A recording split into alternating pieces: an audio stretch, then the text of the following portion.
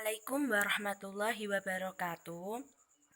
Kali ini kita akan mempelajari materi kesetimbangan kimia, yaitu tentang kesetimbangan dinamis bersama saya Irma Sunima.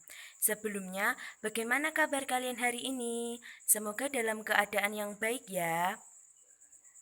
Nah, sebelum kita memulai pembelajaran pada pagi ini, marilah kita berdoa terlebih dahulu. Berdoa mulai. Selesai.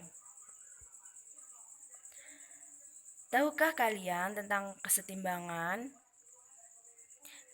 Jika dilihat pada gambar, ada gambar parfum. Anak yang sedang bermain jungkat-jungkit dan air dalam botol terbuka dan tertutup. Apa yang kalian pikirkan? Apa yang terjadi pada parfum dalam botol tertutup? Parfum dalam botol tertutup tidak akan menguap, tetapi bila botol terbuka, parfum akan menguap dan volumenya akan berkurang dan lama-kelamaan akan habis. Parfum dalam botol tertutup tidak berkurang jumlahnya, karena uapnya tidak dapat keluar dan bila sudah jenuh, uap parfum tersebut akan mengembun kembali. Nah, parfum dalam botol tertutup ini adalah salah satu contoh sistem kesetimbangan. Selanjutnya, apa yang terjadi pada air yang disimpan dalam botol? Bagaimana perbedaannya antara air yang disimpan dalam botol yang terbuka dan yang disimpan dalam botol yang tertutup?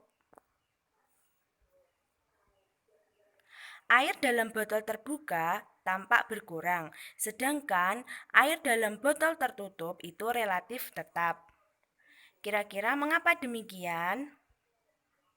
Pada botol terbuka, air akan menguap dan keluar dari botol, sehingga volumenya berkurang. Sedangkan pada botol tertutup, air yang menguap itu akan mengembun dan mengalir kembali ke dalam botol, sehingga jumlah airnya itu tidak berkurang.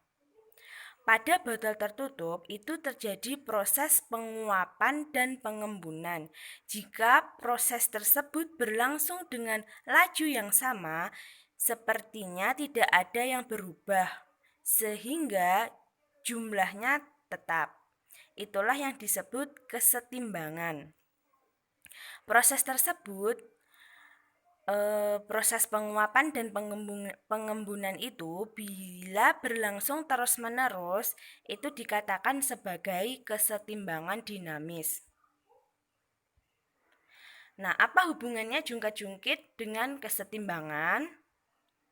Bermain jungkat-jungkit ini selalu mempertahankan gerakan ke kanan dan ke kiri maupun sebaliknya. Itu seperti kesetimbangan dinamis. Selalu terjadi reaksi ke kanan dan ke kiri maupun sebaliknya dan itu berlangsung secara terus-menerus. Apakah semua reaksi itu berlangsung dalam kesetimbangan? Dan bagaimana suatu reaksi dapat mencapai kesetimbangan dinamis? Mari kita pelajari bersama. Nah, berdasarkan arahnya, reaksi kimia itu ada dua jenis. Yang pertama ada reaksi irreversibel atau satu arah, dan yang kedua ada reaksi reversibel atau dua arah. Reaksi irreversibel atau satu arah, yaitu adalah reaksi kimia yang bersifat satu arah atau tidak dapat balik menjadi bereaksi semula. Contohnya, reaksi pembakaran kayu. Kayu dibakar akan menjadi abu. Apakah mungkin kalau abu itu akan kembali menjadi kayu? Pasti tidak mungkin. Terus contohnya lagi ada perkaratan besi. Besi yang berkarat itu akan sulit kembali menjadi besi. Nah, contoh lain reaksi antara natrium bikarbonat dan asam klorida seperti pada reaksi berikut ini. NaHCO3 direaksikan dengan HCl menghasilkan NaCl dan H2O dan CO2. Pada reaksi tersebut, reaksi itu berlangsung ke arah pembentukan produk. Produk yang dihasilkan tidak dapat saling bereaksi untuk menghasilkan reaktan kembali. Nah, ini ada gambar perubahan konsentrasi A dan B per menit. Gambar konsentrasi A awalnya berwarna ungu dan B produk itu berwarna hijau. Seiring berjalannya waktu, itu reaktannya berkurang, ditandai dengan perubahan warna dari ungu menjadi hijau dan produknya bertambah. Dan juga semua reaktannya itu lama-kelamaan akan menjadi produk. Laju reaksinya berakhir dan reaksi ini tidak dapat balik, ditandai dengan panah satu arah. Jadi reaksi irreversibel itu ditandai dengan tanda panah satu arah. Selanjutnya reaksi reversibel ditandai dengan tanda panah yang bolak-balik. Reaksi reversibel adalah reaksi kimia yang bersifat dua arah, dapat balik menjadi reaksi semula. Contohnya adalah N2O4 dalam bentuk gas itu diuraikan menjadi 2NO2. Tanda panah ganda itu menunjukkan reaksi ini bersifat dapat balik atau dua arah. Nah, reaksi reversibel ini yang bolak-balik ini apabila laju ke kanannya sama dengan laju ke kiri itu dinamakan reaksi kesetimbangan. Jadi reaksi kesetimbangan itu adalah reaksi reversibel di mana laju ke kanan dan laju ke kirinya itu sama. Bisa dilihat pada grafik.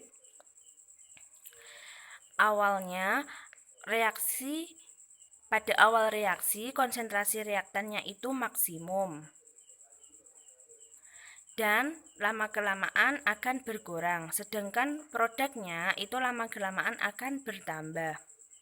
Apabila laju reaksinya sama, laju reaksi pembentukan antara reaktan dan produknya sama, itu terjadi kesetimbangannya sehingga konsentrasi reaktan dan produknya tetap.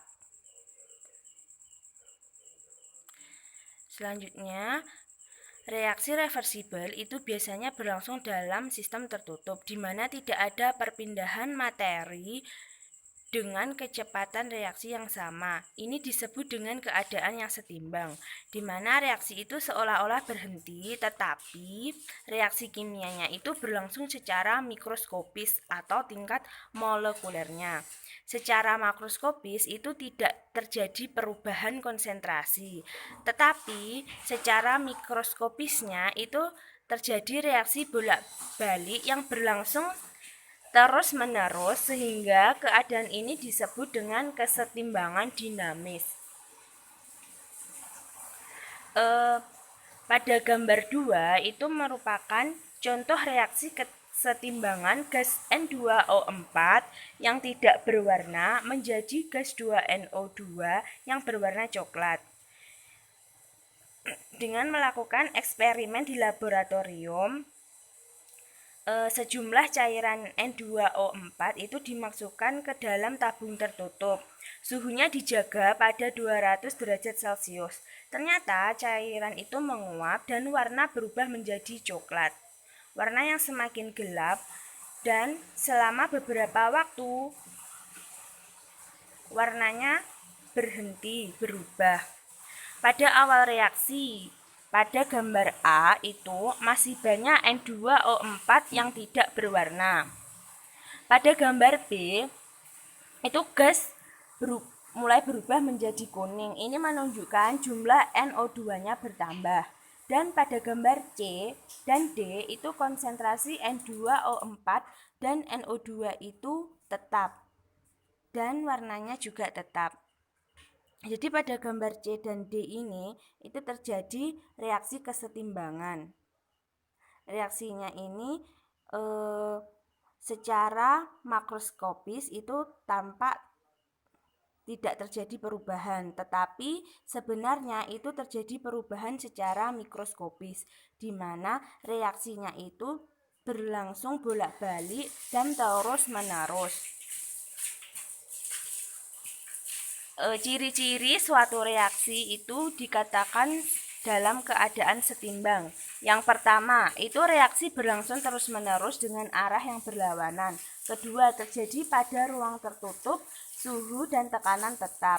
Yang ketiga, kecepatan reaksi ke arah produk itu sama dengan kecepatan reaksi ke arah reaktan, atau laju ke kanan itu sama dengan laju ke kiri. Yang keempat, tidak terjadi perubahan makroskopis atau perubahan yang dapat diukur atau dilihat. Jadi secara kasat mata itu tidak terjadi perubahan, tetapi terjadi perubahan secara mikroskopis. Perubahan tingkat partikel atau molekulernya tetap berlangsung dan setiap komponennya itu tetap ada. Jenis-jenis kesetimbangan. Berdasarkan wujud zat-zat dalam keadaan setimbang, kesetimbangan kimia itu dibedakan menjadi dua. Yang pertama, kesetimbangan homogen. Kesetimbangan homogen adalah keadaan kesetimbangan di mana reaktan dan produknya itu berada dalam fase yang sama. Reaktan maupun produk itu dapat berupa gas atau larutan. Misalnya kesetimbangan pada peruraian N2O4 menjadi NO2. Baik NO2O4 maupun NO2 itu keduanya berada dalam fase gas. Reaksi kesetimbangannya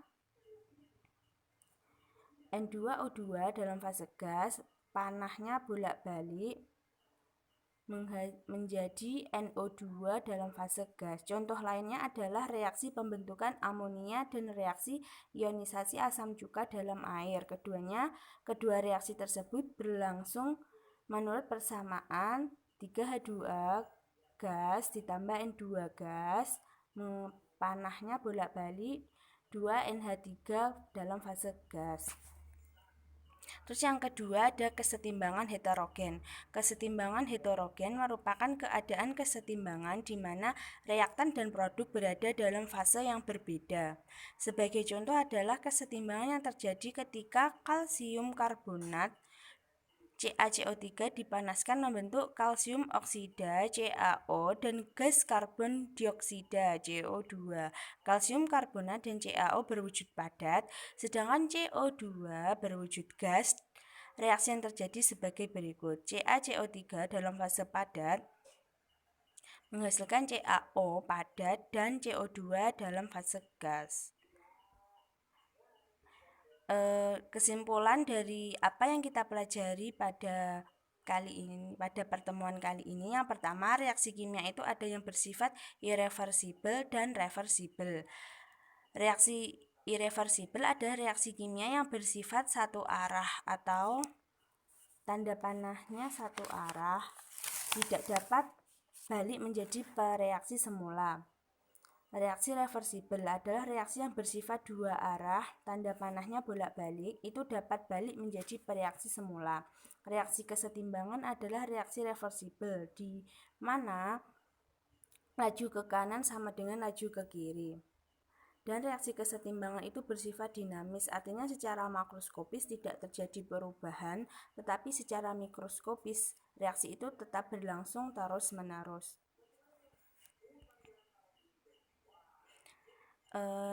Terima kasih. Semoga apa yang kita pelajari bermanfaat. Wassalamualaikum warahmatullahi wabarakatuh.